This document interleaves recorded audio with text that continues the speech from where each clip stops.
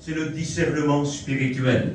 Les gens ne discernent plus. Ils n'ont plus de discernement spirituel. Il faut à tout prix qu'on ait un discernement que possède un chrétien. Je ne parle pas du don du discernement des esprits, mais un discernement spirituel que possède un chrétien, une chrétienne, pour savoir où nous en sommes par rapport au retour de Jésus, où nous en sommes par rapport à la séduction spirituelle qui est en train de frapper le monde entier et particulièrement se déchaîne sur l'église de Jésus-Christ.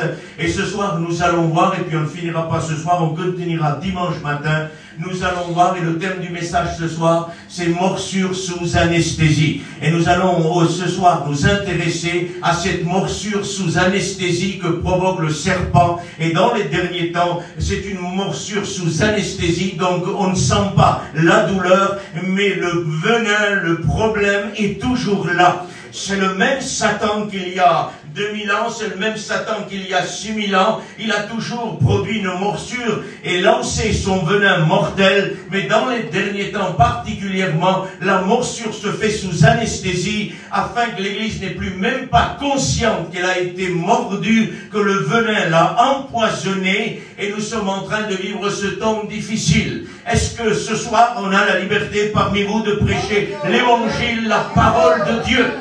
Je ne dis pas de prêcher un évangile, je dis de prêcher l'évangile de la parole de Dieu. Morsure sous anesthésie. Nous sommes en face à un danger particulier qui particulièrement dans la parole de Dieu, le livre de Corinthiens, puis on va le lire tout à l'heure, si vous voulez déjà ouvrir les Bibles dans 2 Corinthiens 11, verset 1er, et nous allons voir qu'il y a ici une anesthésie totale et une morsure énorme qui va bouleverser le système, l'habitude de l'Église, l'attachement de l'Église à la parole de Dieu, l'attachement de l'Église à la prédication véritable, l'attachement de l'Église à Jésus-Christ.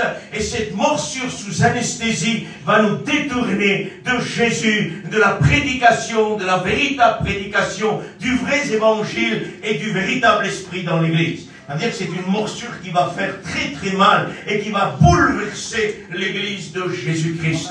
Écoutez, la parole de Dieu est là pour tirer le rideau. Vous ne pouvez pas voir derrière les manigances de Satan. Puis Dieu, je ne peux pas voir derrière les manigances de Satan. Mais la parole de Dieu est une lumière. La Bible dit en Sophonie, je fouillerai Jérusalem avec des lampes. Avec lampe de la parole de Dieu, le Seigneur peut éclairer les plus grosses ténèbres qu'il voudrait. Si vous voulez encombrer aujourd'hui la vision de l'Église, comme dans le livre d'Apocalypse en chapitre 9, je vous donne juste une idée spirituelle, je suis au courant avec vous qu'en chapitre 9, l'Église est déjà partie depuis chapitre 4, mais au chapitre 9, on a comme du puits de l'abîme des sauterelles par millions qui sortent, et ce n'est pas des insectes qui sortent, une puissance de séduction particulière, ce sont des démons qui sortent pour séduire le monde entier sous la grande tribulation, et ils sont comme un nuage. On ne voit plus briller le soleil à cause, si vous voulez, de cette puissance de Satan qui est venu frapper la terre. Et nous savons par le livre de Thessaloniciens que la Bible nous dit il faut que l'Antichrist paraisse, mais ce qui retient l'Antichrist, c'est le Saint-Esprit à travers l'Église. Mais la Bible dit le mystère de l'iniquité agit déjà. C'est-à-dire qu'il y a une action du mystère de l'iniquité qui agit déjà. À un pourcentage, bien sûr, plus bas que dans la grande tribulation, mais c'est la même manigance, c'est le même esprit, l'esprit de l'Antichrist qui est en train aujourd'hui d'endormir le monde entier. Les chrétiens, mes amis, ce soir, vous êtes en danger.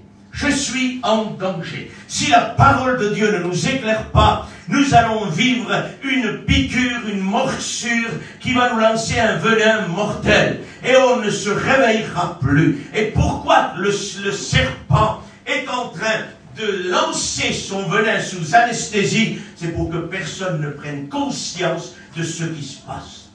Il n'y a pas mieux d'infiltrer quelque chose dans le corps d'un homme quand il dort. Ou alors d'opérer un homme sous anesthésie, il ne ressent rien. Il y a quelques jours, j'étais en train de voir le journal, et puis sur le journal, il y avait une découverte d'un reptile impressionnant. On a découvert un serpent avec trois, si vous voulez, je sais pas quoi, trois crochets. Vous savez, le serpent d'habitude a 2 crochets. Et puis là, ils ont trouvé un serpent à 3 crochets. Et puis, il disait que sa proie n'a aucune chance de s'en sortir. Et puis ça m'a fait tout de suite penser à ce qu'on est en train de vivre, à cette morsure sous anesthésie. C'est-à-dire que le serpent a tout le temps eu 2 crochets pour attaquer dans toutes les dispensations, les temps que Dieu a permis du monde entier depuis Adam jusqu'à nous aujourd'hui. Le serpent a toujours utilisé 2 crochets pour mordre et pour lancer son venin à travers, si vous voulez, ceux qui servent Dieu. Mais dans les derniers temps, ce 3e crochet est un anesthésien.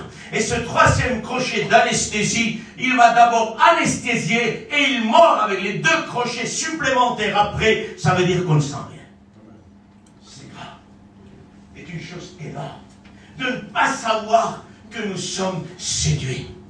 Pasteur, c'est pas possible d'être séduit et de ne pas savoir.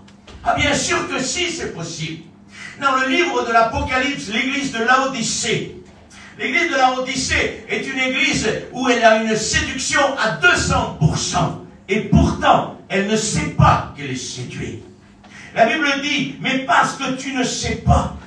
Ça veut dire qu'elle ne sait pas qu'elle est séduite. Parce qu'on ne sait pas quand on est séduit. C'est avant qu'on est alerte. C'est avant qu'on doit se protéger. Mais une fois qu'on est séduit, croyez-moi, il faut une grâce de Dieu pour sortir de la séduction.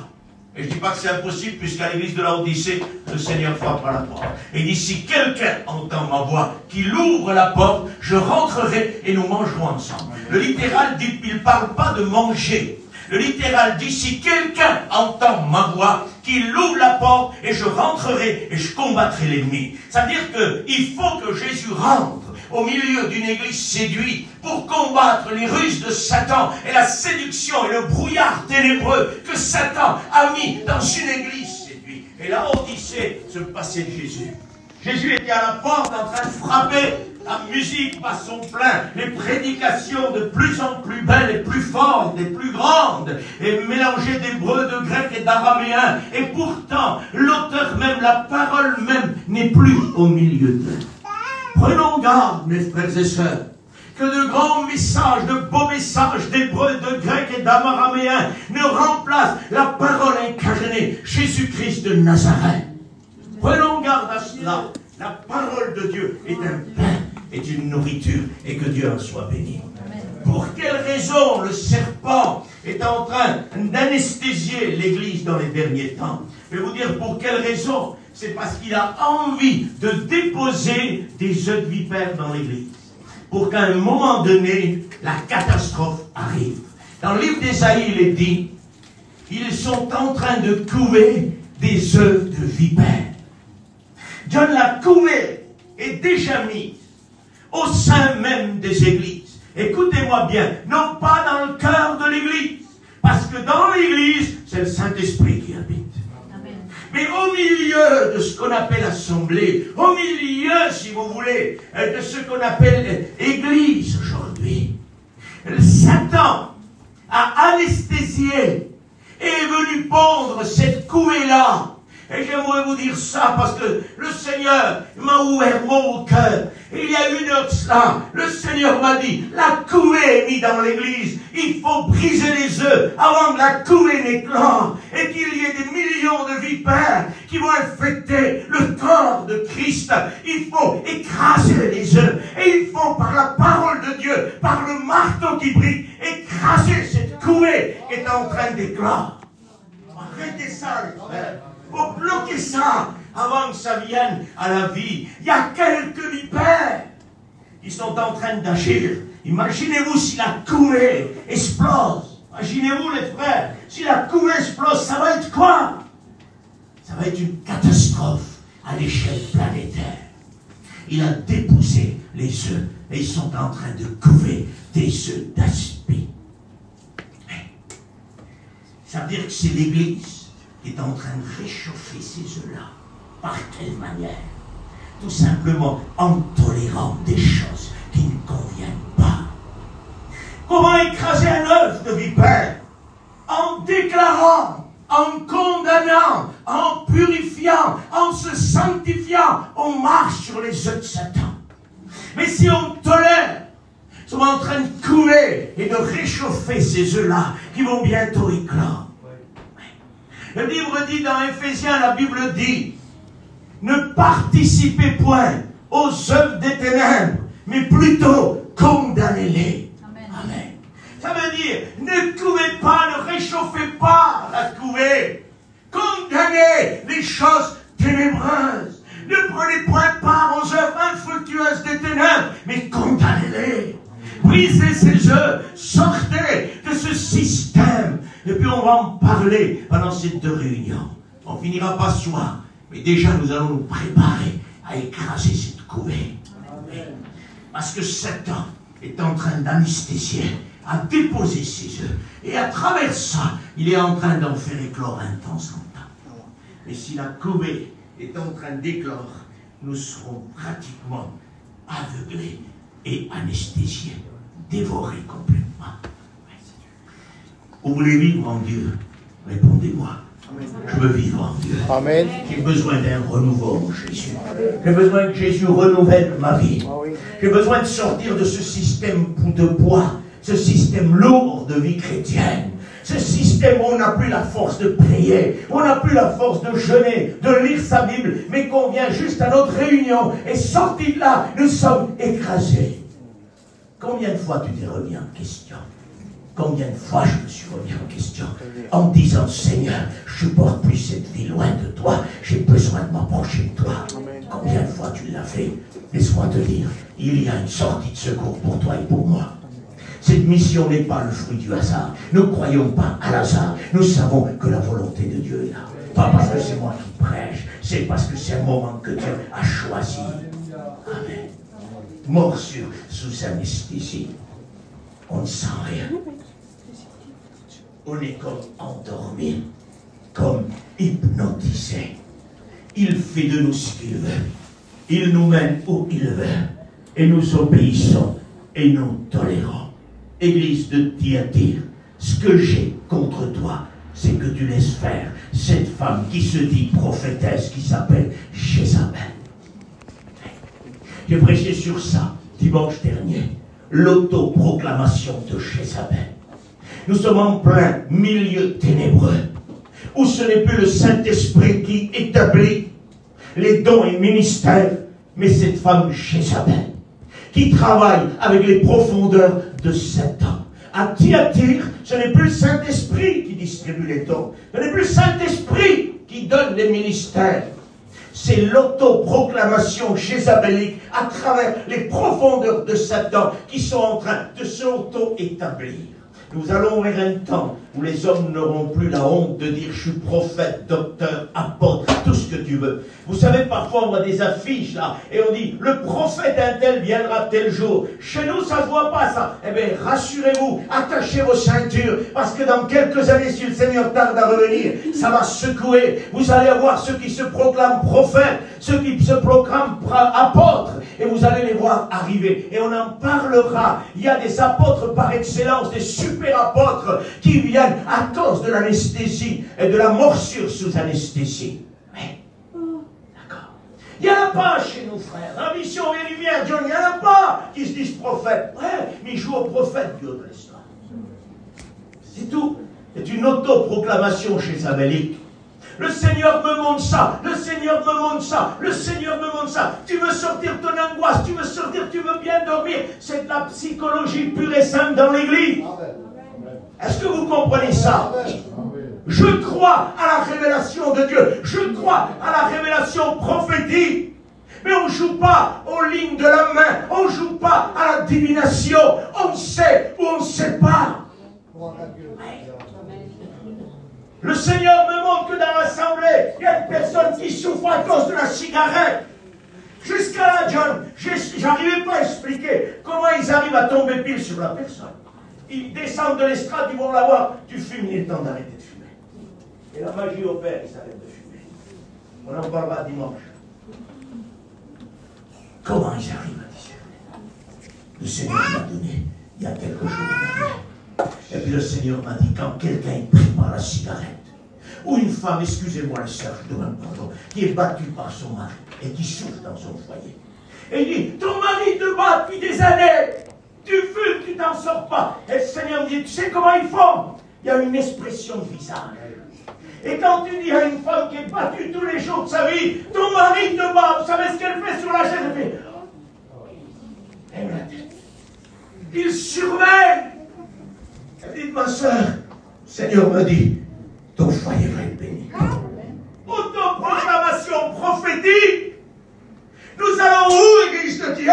Nos anciens de la mission, des ministères d'enseignants remarquables, ils n'ont jamais joué à ça. Ouais.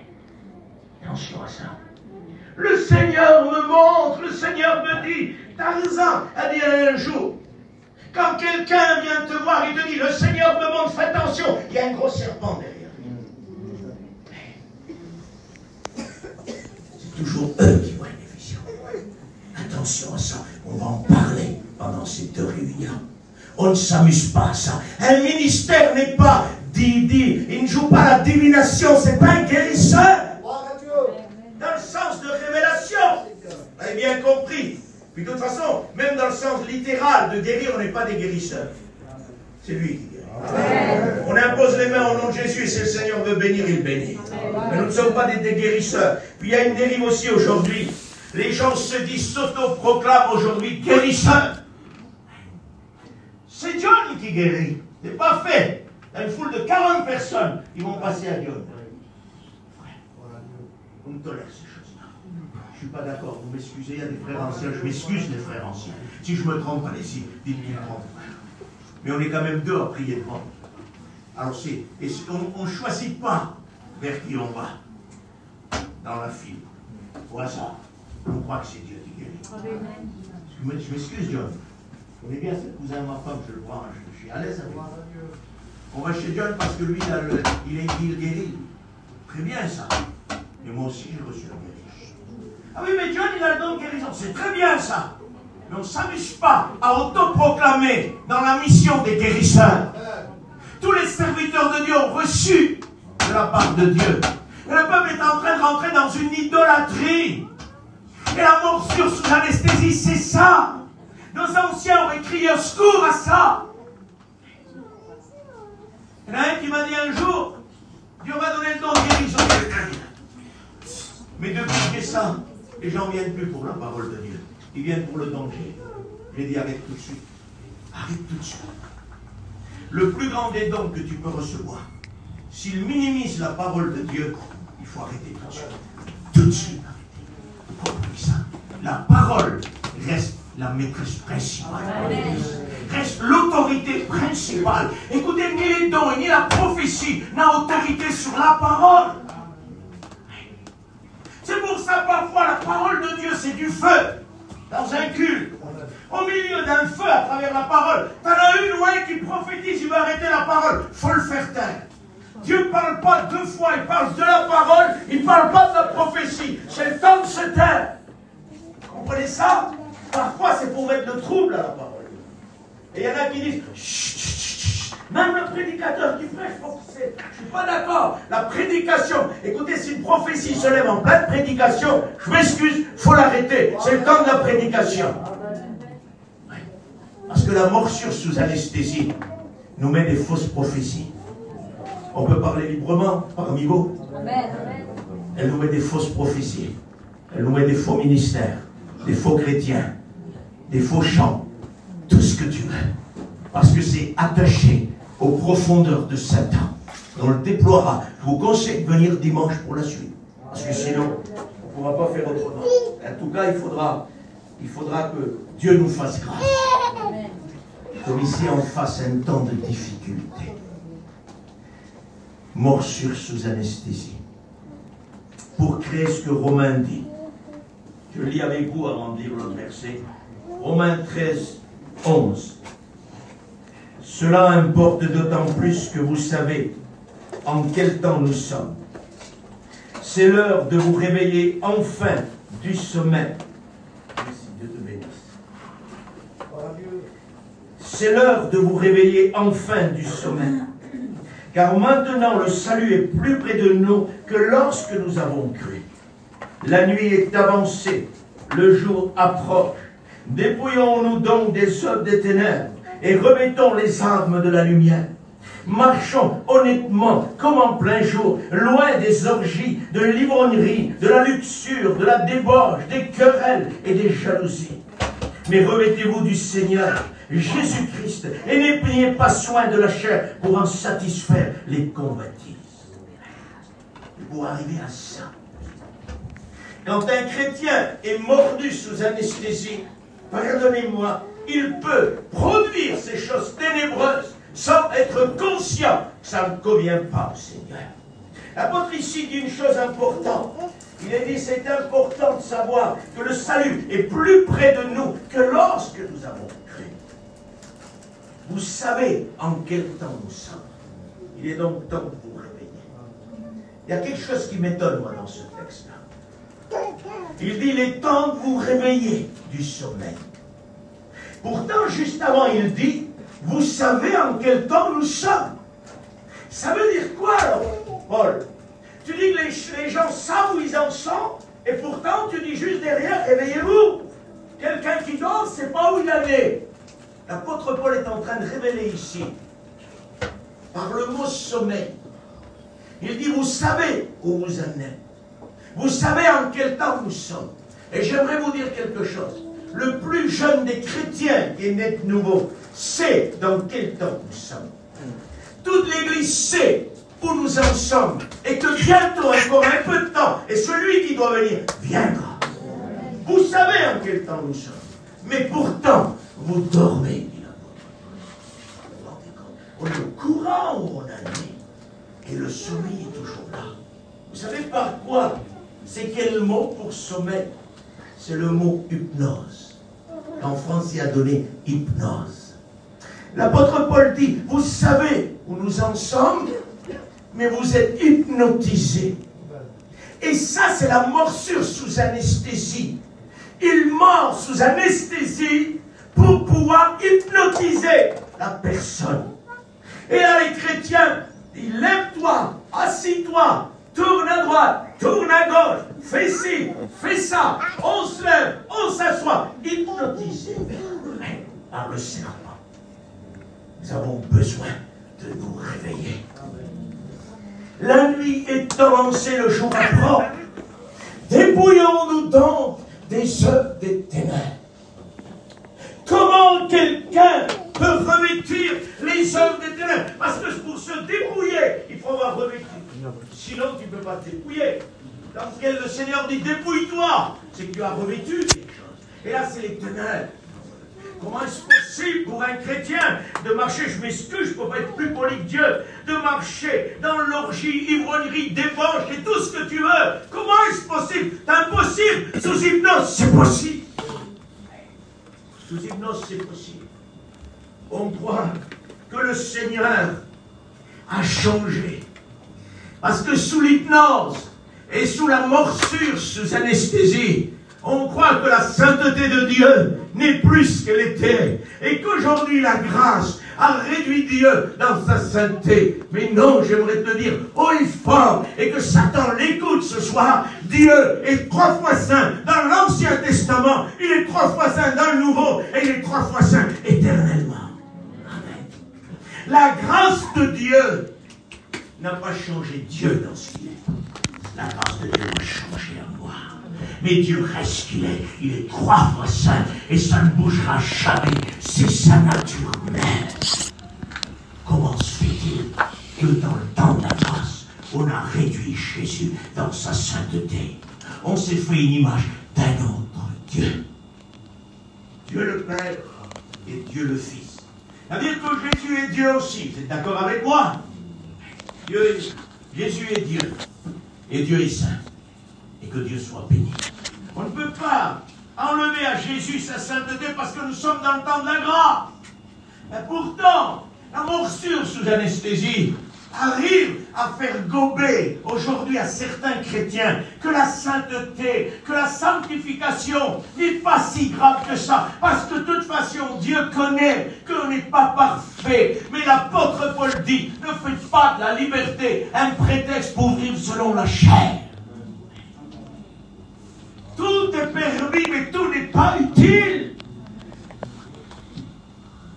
J'ai le droit de tout faire. Ben oui, c'est ce que dit l'apôtre Paul. Mais il dit tout n'est pas utile, alors je m'en passerai. Il va choisir ce qui est utile à l'œuvre. Joignez l'utile à l'agréable dans l'œuvre. Ça ne marche pas. Ça ne marche pas. On ne peut pas être anesthésié, mes frères et sœurs, au point de croire qu'on peut aujourd'hui visionner sur terre une église jet set alors que l'église est une bergère. Ça ne marche pas. Il n'y a pas d'église jet set. L'église, pardonnez-moi, est une bergère. L'une des cantiques, la Sulamite, symbole de l'église, est une bergère. Excusez-moi, elle sent la brebite. Mais elle dit, je suis belle fille de Jérusalem. C'est sûr qu'à côté des filles de Jérusalem qui sont dans le palais de Salomon, c'est sûr qu'elle n'est pas habillée comme eux, c'est sûr qu'elle sent pas le parfum à 600 €, mais il y a quelque chose en elle, il y a la vie de Dieu. Et l'église est une bergère. Ne l'oubliez jamais, et une bergère ne se complaît pas dans les choses de la jet set, elle se complaît dans les choses qui appartiennent au berger. Amen. Mon bien-aimé, je veux sortir de ce palais. Le bien-aimé dit, viens ma bien-aimée, sortons, allons dans la campagne.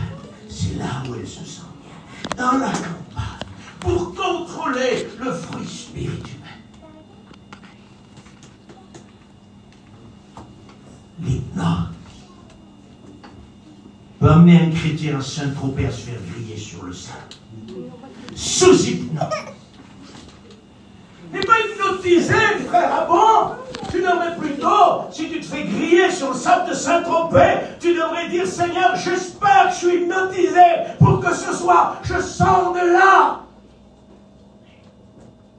Écoutez, on ne peut pas tout accepter aujourd'hui. Il faut briser les œufs. Il faut arrêter de couer. Ça va éclore. C'est pas normal, les frères et sœurs, qu'un chrétien ou une chrétienne ou un serviteur de Dieu va se faire rôtir sur les plages de Saint-Tropez. Frère, c'est une bombe que tu sais.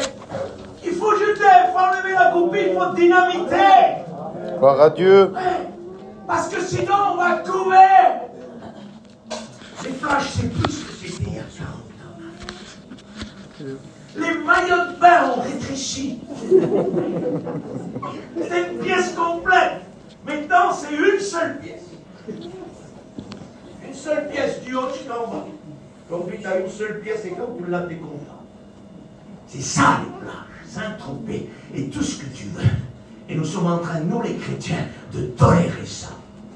Mais non, mes frères, parce que Dieu, tu sais ce qu'on dit. Tu as les idées mal placées, toi. Ah ouais?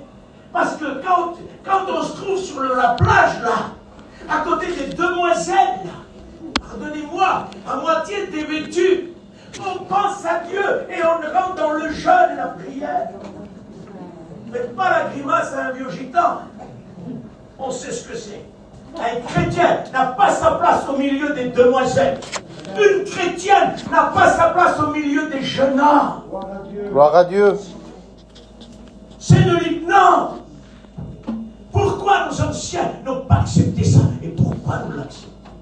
Avons-nous trouvé un évangile plus bas, dont l'échelle est plus basse? Morsure sous anesthésie. Mais capable d'être là, allongé sur la plage de Saint-Tropez, avec cette belle statue qui a été inaugurée à Saint-Tropez. Un démon tenant des gens liés comme ça. Le monde est en train même de nous montrer où on met les pieds. C'est méchant, pasteur, non. C'est pas méchant. Nous avons besoin de revenir de tout notre cœur à Dieu. Parce que notre bien, mes frères et sœurs, mon bien et ton bien, c'est au bien de Jésus. Amen. Gloire Nous à avons Dieu. perdu trop de temps avec le monde. C'est vrai. Nous sommes en train de couver des heures.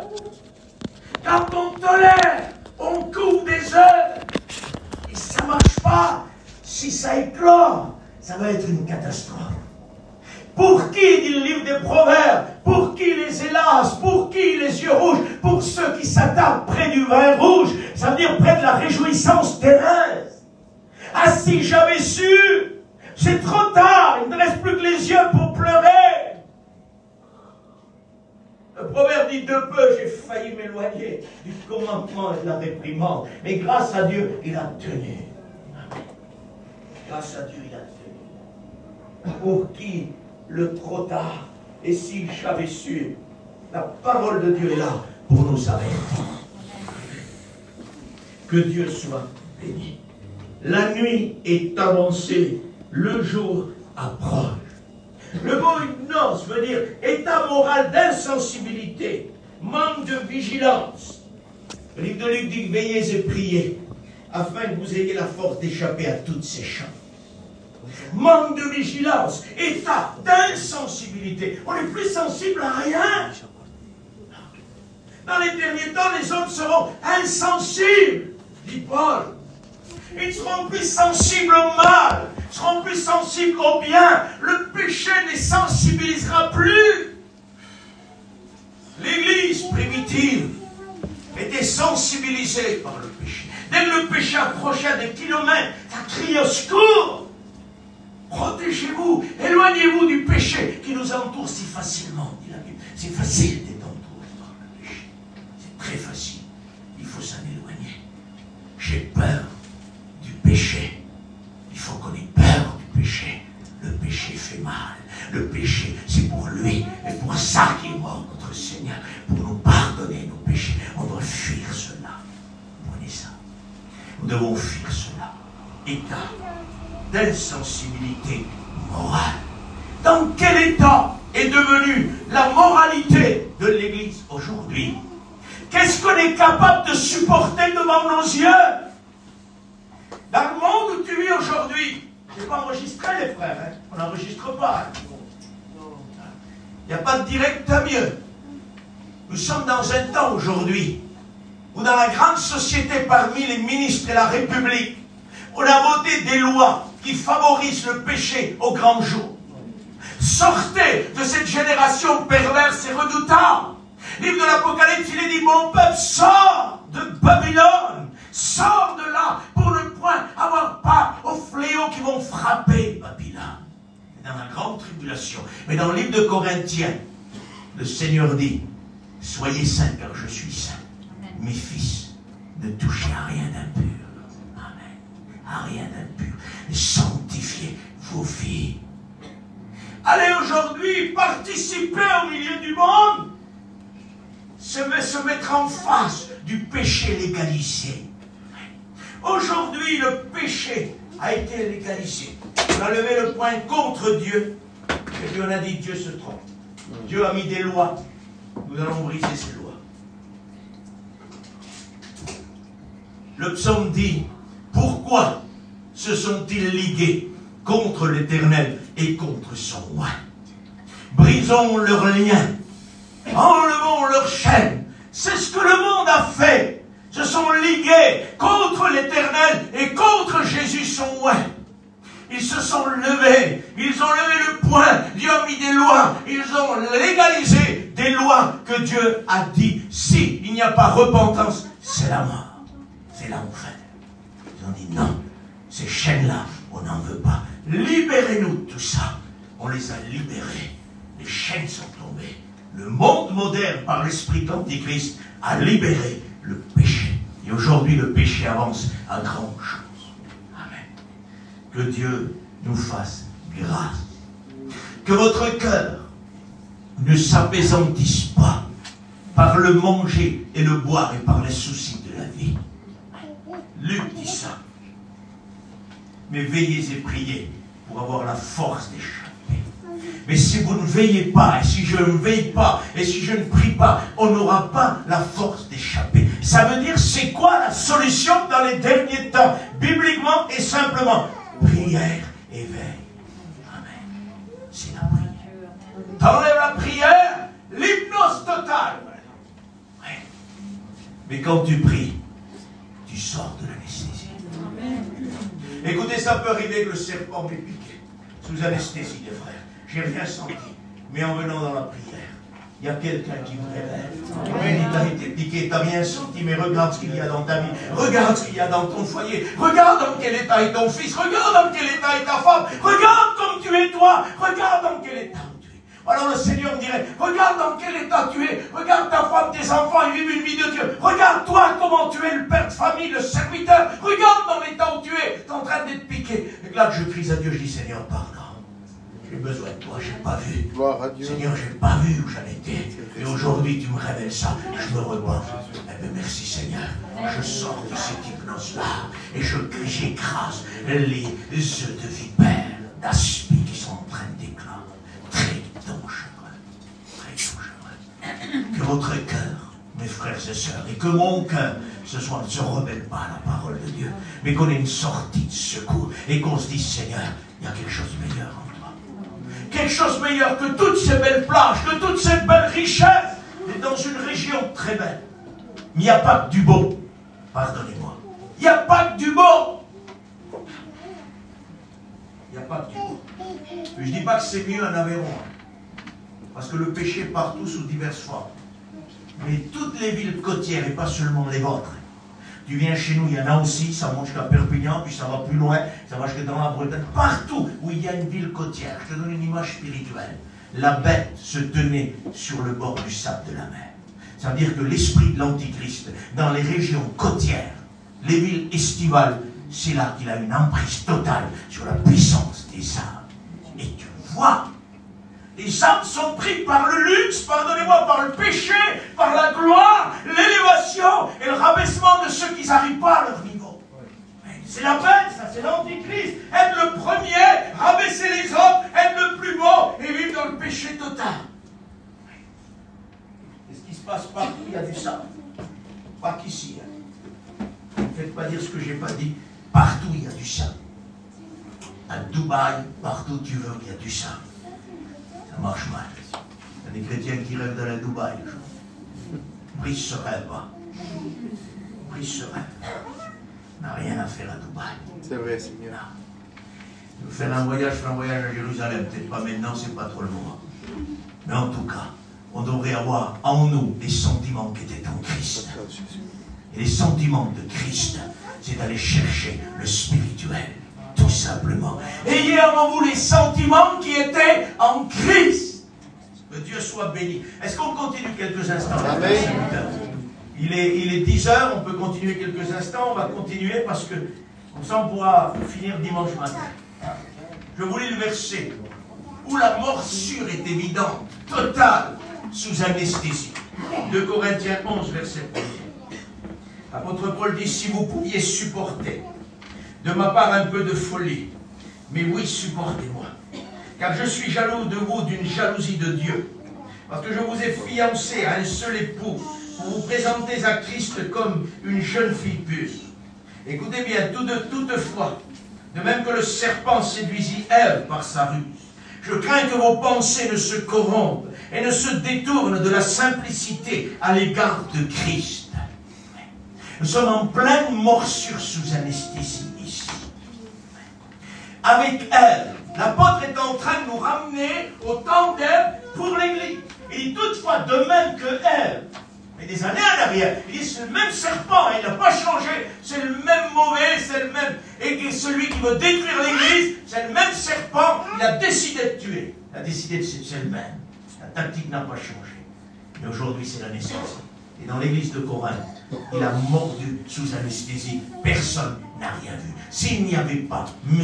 Paul ici, ministère apostolique de fondement, qui voit ce qui se passe derrière le rideau, il n'y a rien. Personne ne voit rien. Tout le monde. Paul dit je crains que comme Ève fut séduite, vous aussi, vous ne soyez séduits. Personne ne sait rien. Ils ne sont pas au courant de la séduction qui traîne à Corinthe. Pourtant, Paul dit, j'ai peur que comme elle fut séduite, vous aussi, vous ne soyez séduits. Ouais. Ève a été mordue sous anesthésie. Pourquoi tu dis ça, frère? Parce que ce qu'a fait Ève, si tu n'es pas mordu sous anesthésie, tu ne peux pas faire ce qu'elle a fait. Comment ça, pasteur? Dieu a dit, vous mangerez de tous les arbres du jardin. Mais un seul arbre du jardin, celui-là, vous ne mangerez pas. Elle a échangé, John, l'abondance contre la dizaine. Vous avez tous les arbres du jardin. Mais celui-là, vous ne le touchez pas. Mais qui peut faire ça, frère? Tu as un champ qui te rapporte 100 000 € de fruits par an. Moi, j'ai un seul arbre dans mon champ qui me rapporte 300 € par an. Puis je te dis, frère, voudrais-tu me changer ton champ? Avec la meilleure des volontés, le frère dira, c'est pas possible. Mon champ rapporte des millions de fois plus que le tien. Qu'est-ce qu'il faut pour qu'il me dise, vas-y, le tien m'intéresse plus? Il faut une morsure sous anesthésie. Et la séduction vous fait échanger l'abondance pour la dizaine. Et c'est ce qui s'est passé avec elle. Et là, si vous voulez, pour vous montrer la puissance de la séduction, on arriverait à échanger tous les arbres contre un seul arbre. C'est ça la puissance de séduction. C'est que vous perdez l'abondance pour de la dizaine. C'est ça la séduction. Et c'est ce qui est arrivé ici. Les Corinthiens, dit le livre de Corinthe, étaient bénis de la part de Dieu dans les dons, dans les ministères. Ils avaient tout, en abondance, Dieu leur avait donné. Ils ont échangé, si vous voulez, cette abondance-là pour de la dizaine. Ils ont échangé l'apôtre Paul contre de super apôtres. On en parlera dimanche. C'était plus Paul qui était là dans la saison. Là.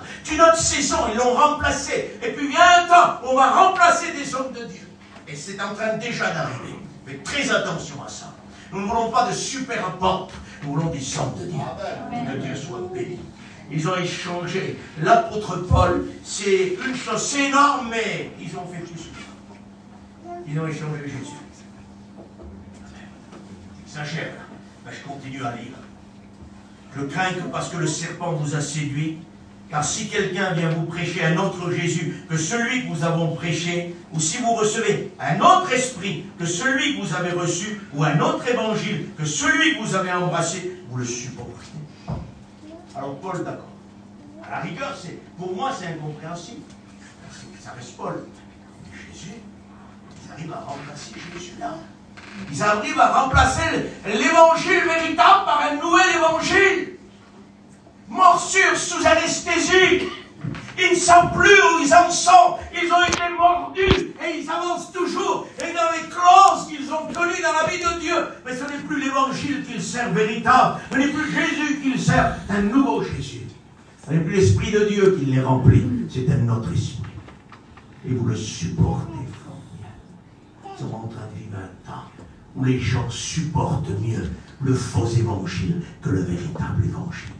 Dans les derniers temps, les hommes ne supporteront plus la saine doctrine, mais ils auront la démangeaison d'écouter des choses agréables. Vous le supportez fort bien. Vous ne supportez plus, dira Paul, le véritable évangile, mais le faux évangile, vous le supportez. Ça passe comme une lettre. De même que le serpent séduisit Ève, la même séduction dans l'Église est en train d'arriver. C'est quoi? La morsure sous anesthésie. Elle a poussé Ève à faire quoi? À remettre le doute à la parole de Dieu. Dieu a-t-il réellement dit? Et c'est ce qu'on vit aujourd'hui. Les gens mettent en doute la parole de Dieu. Dieu a-t-il réellement dit? J'aimerais te dire, oui, Dieu l'a réellement dit. Parce que quand on dit, mais peut-être que Dieu n'a pas voulu dire ça, mais en train d'embrasser un faux évangile. Oui, Dieu l'a dit. Aujourd'hui, il y a trop de personnes qui remettent en doute la parole de Dieu. Que Dieu nous y aide. Dieu a-t-il réellement dit que pour quelqu'un qui se baptise, il fallait avoir un minimum? Le minimum, c'est quoi? Qu'il suit les réunions, qu'il vient avec une Bible, un foulard sur la tête? Non. Le minimum, c'est que le fruit de l'esprit naisse dans sa vie. vie. Amen. Dieu a-t-il réellement dit ça? Dieu l'a dit. Aujourd'hui, le nouvel évangile dit, ben non, obligé, tu sais, d'en demander trop. Tu viens un peu à la réunion, 3-4 mois, puis un foulard sur la tête, Bible à la main, et puis tout doucement, on va te baptiser. On te donne 6 mois, 1 an. C'est pas 6 mois ou 1 an. Quand la personne est prête, elle est prête. Tu peux la baptiser tout de suite ou tu peux jamais la baptiser. Amen. Comprenez ça? On est en train de vivre ça aujourd'hui. Les hommes n'apposent plus l'écriture pour le baptême. On a pris des habitudes pour baptiser et introduire les gens dans l'église locale. Parce que par un baptême, on n'introduit pas dans l'église universelle du ciel. On introduit dans l'église locale. Le ciel, c'est la nouvelle naissance. Amen. On n'est pas de nouveau, on ne va pas au ciel. Ça, c'est le véritable évangile. Le nouveau ne parle plus de la nouvelle naissance. Le nouveau met plus en évidence le cas de l'homme que ce que Jésus a fait à la croix. Ne l'oubliez pas. On a écouté des prédications de nos anciens qui appelaient le peuple à la croix à se repentir. Tu es dans le péché, tu dois te repentir parce que sinon tu vas mourir. Aujourd'hui, on écoute ça. Arrête de pleurer, arrête de souffrir. Viens tel que tu es, puis Dieu va te bénir. On a oublié de préciser que Dieu ne bénira pas tant que les gens ne se repentiront pas de leur péché. C'est un nouveau Jésus, ça. Une nouvelle prédication. Qui met en évidence plus le besoin de l'homme que l'œuvre de ce que Jésus a fait à la croix. On n'est pas des victimes. La victime, c'est lui. Nous avons fait du mal à Dieu. Nous étions ennemis de Dieu. Nous avons fait mal à Dieu. Nous avons péché. Lui est mort pour nous. Dieu soit béni. On n'est pas des victimes. Nous avons été dans le péché. Et il est mort pour le péché. Nous nous rendons compte. Et aujourd'hui, on dit aux gens, viens devant, on va t'imposer les mains. Ça va aller mieux. Non, non, ça va pas aller mieux. Si tu ne te repens pas de ton péché, tu ne demandes pas pardon à Dieu, ça n'ira pas mieux. Même si 40 prédicateurs mettent la main sur toi, ça n'ira pas mieux. Tant que tu ne vas pas repentir à la croix et que tu vas demander pardon à Jésus, ça n'ira pas mieux. Comprenez ça? C'est un nouveau système de prédication, ça. C'est de la psychologie dans l'Église. Faites attention à la psychologie dans l'Église. On règle les problèmes de l'Église par la psychologie. De la psychologie. Et tu engloutis, sors de ton angoisse, sors de ton problème. Le Seigneur me montre que tu fumes. Le Seigneur me montre que chez toi, dans ton foyer, ça va pas. Sur 1000 personnes, tu en trouveras au moins 2. Mais quand le Seigneur parle, il ne se trompe pas. Il le fait par la parole de Dieu. Ne l'oublions pas. Ce n'est pas par la parole des hommes qu'il le fait, mais par la parole de Dieu. Et on doit faire attention à ce système prophétique faux qui est en train de rentrer. Ce système, cette profanation prophétique qui est en train de rentrer et que nous tolérons et que nous supportons très très bien. Quelqu'un est mis dans le péché jusqu'au cou. Dieu te comprend. Ça va aller. N'aie pas peur, je vais prier pour toi, tu vas voir. Non, non, ça va pas aller. Ils ont parlé quand je ne les ai point envoyés parler, dit Dieu sur les faux prophètes. Amen. Il dit, je les ai point envoyés. Et ils sont allés. Et ils n'ont pas donné de parole véritable à mon peuple. Ils auraient dû faire savoir à mon peuple son état, afin que mon peuple se repente de sa situation. Mais ils l'ont laissé dans son état. C'est à cause d'eux, dit Dieu. Le véritable prophète révèle la vie de la personne. Et quand la personne rencontre le prophète, elle reste attachée à Dieu et jamais au prophète. Aujourd'hui, tu as des prophètes. Dès qu'ils prêchent, les gens sont collés à eux. Ils veulent l'écouter qu'à eux. Il y a lui qui vient, j'y vais. J'y vais. Il y a l'autre qui vient. Les prophètes qui s'attirent l'église à eux sont de faux prophètes.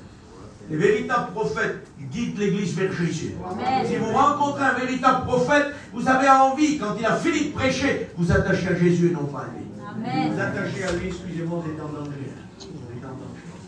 Je suis en danger si je m'attache à un homme plutôt qu'à Dieu.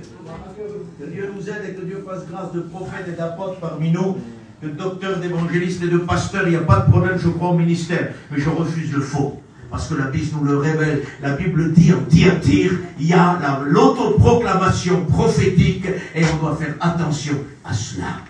On continue quelques instants.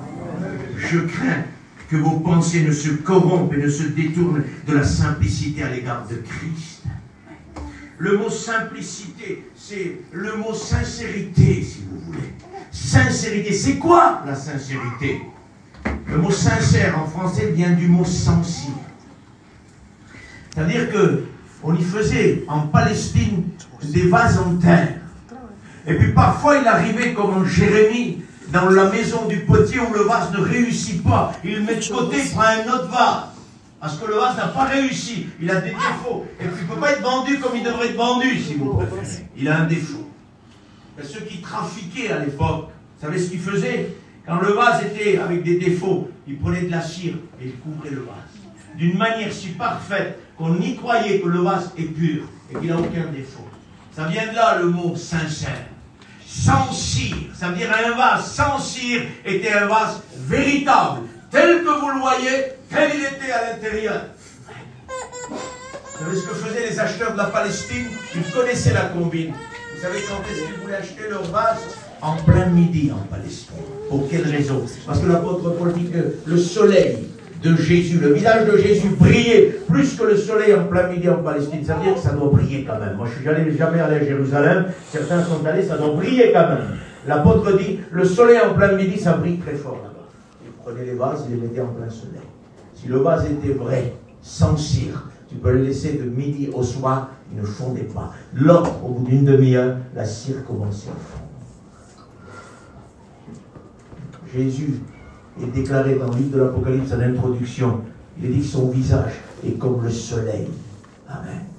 Et quand l'église est sincère, elle peut rester devant le maître des heures et des heures et des heures. Elle ne fondra pas, elle ne porte pas de masque, elle est sincère. Son visage est vrai. Et le soleil va le brûler comme la Sulamite. Mon cœur est brûlé par le soleil, mais mon cœur est une belle fille de Jérusalem. Amen. Le soleil de la justice va purifier notre intérieur. Mais si nous ne sommes pas sincères et que nous portons des masques, le masque va brûler devant le soleil de Jésus. C'est pour ça que l'apôtre dit, je crains que vous avez perdu de la sincérité et que vous êtes en train de porter des masques aujourd'hui. Parce qu'on avait toléré le péché à Corinthe. On croyait qu'on pouvait avoir une vie remplie de dons, avoir des ministères abondants dans l'église et puis aussi tolérer le péché.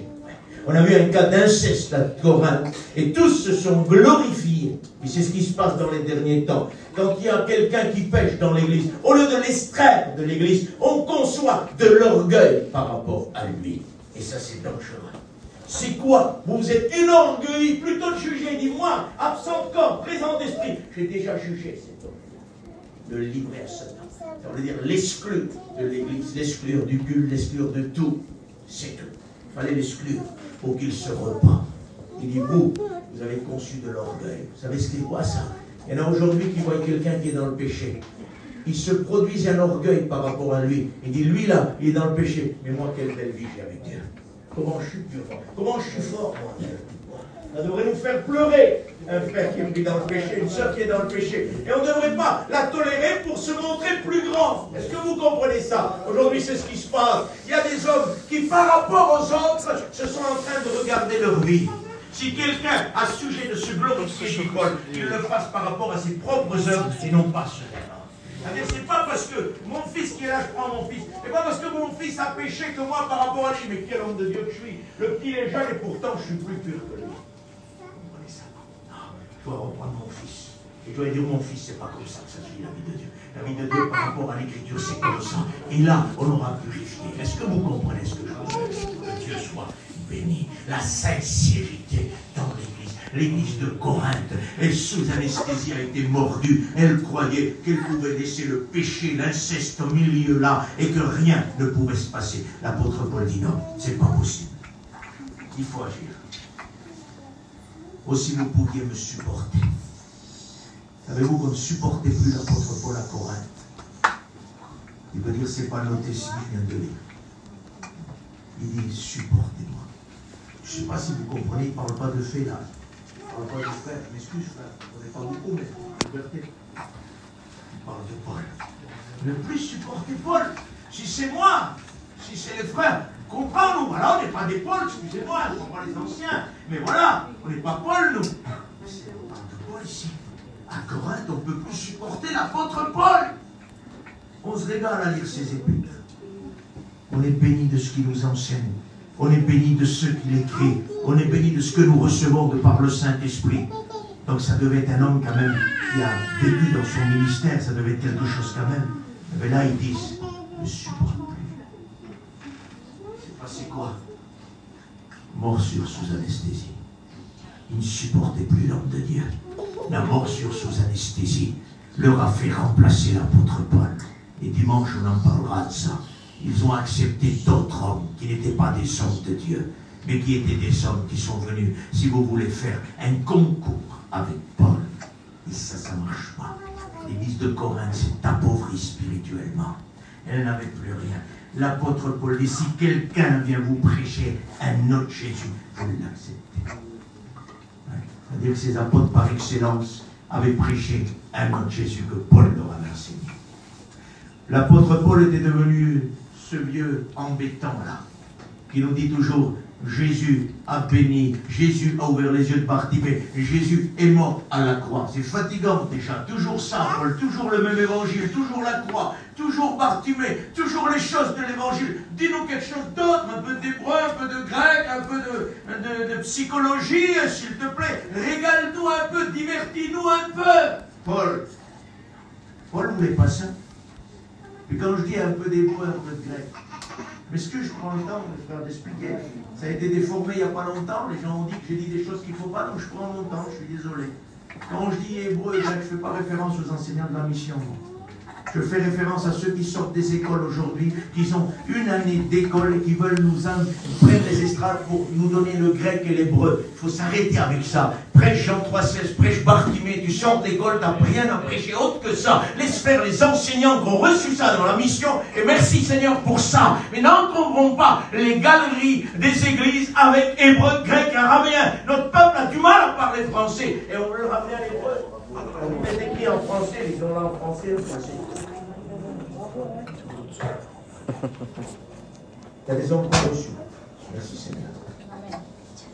Vous connaissez David Reynard, intitulé David de grec. Parce qu'il parle du grec, il fait du grec. Vous croyez qu'il s'appelle David de grec? Non, il s'appelle David Reynard. Le peuple a mis David de grec. Parce que les gens sont friands de ça. Et ça, je le dis devant David, je l'ai dit plusieurs fois, il n'y a pas de problème, il n'y a rien de caché, c'est pour que vous compreniez. Les gens sont friands de ça. Et moi, j'aimerais te dire quelque chose. Je m'assois quand David prêche, je pourrais y passer la journée. Ça ouvre le trésor de l'écriture et ça remplit ton cœur. Par contre, t'as d'autres qui parlent de grec et qui font du grec, c'est du poison. T'as envie de sortir. Au bout de 5 minutes, tu t'étouffes, tu respires pas. C'est trop lourd parce qu'ils n'ont pas reçu ça. Quand quelqu'un l'a reçu, c'est de l'eau en cristal. Il y a d'autres qui n'ont pas reçu ça. Attends, ces étudiants sortent des écoles là et ils te prêchent quoi? De l'araméen, de l'hébreu, ou alors la grande tribulation, ou alors l'enlèvement. Mais prêche donc la croix. On m'a demandé un jour, frère, qu'est-ce qu'il faut faire pour avoir un message? J'ai dit, tu vas avoir un message. Ils ont pris le stylo pour marquer. Tu vas avoir un message, c'est sûr. Il dit, prêche la croix, prêche Bartimée, prêche Jean 3,16, prêche l'évangile. C'est ça, avoir un message. Parce que le jour où tu prêcheras plus la croix, Satan aura raison de toi. Parce que la Bible dit qu'en Colossiens, qu'à la croix, il a dépouillé la puissance des ténèbres. C'est un ministère de dépouiller Satan. Il faut qu'il prêche la croix. Le jour où on ne prêche plus la croix, on est dépouillé. Alors que ces jeunes-là veulent le prêcher, autre chose que la croix, ils sont dépouillés. Écoutez, j'ai tout le temps dit ça. Si un jour j'ai un étudiant et qui monte sur l'estrade pour prêcher l'hébreu, le grec, l'enlèvement, je le fais à soi. Tout de suite. Tu ne respectes pas le ministère, bien sûr que si.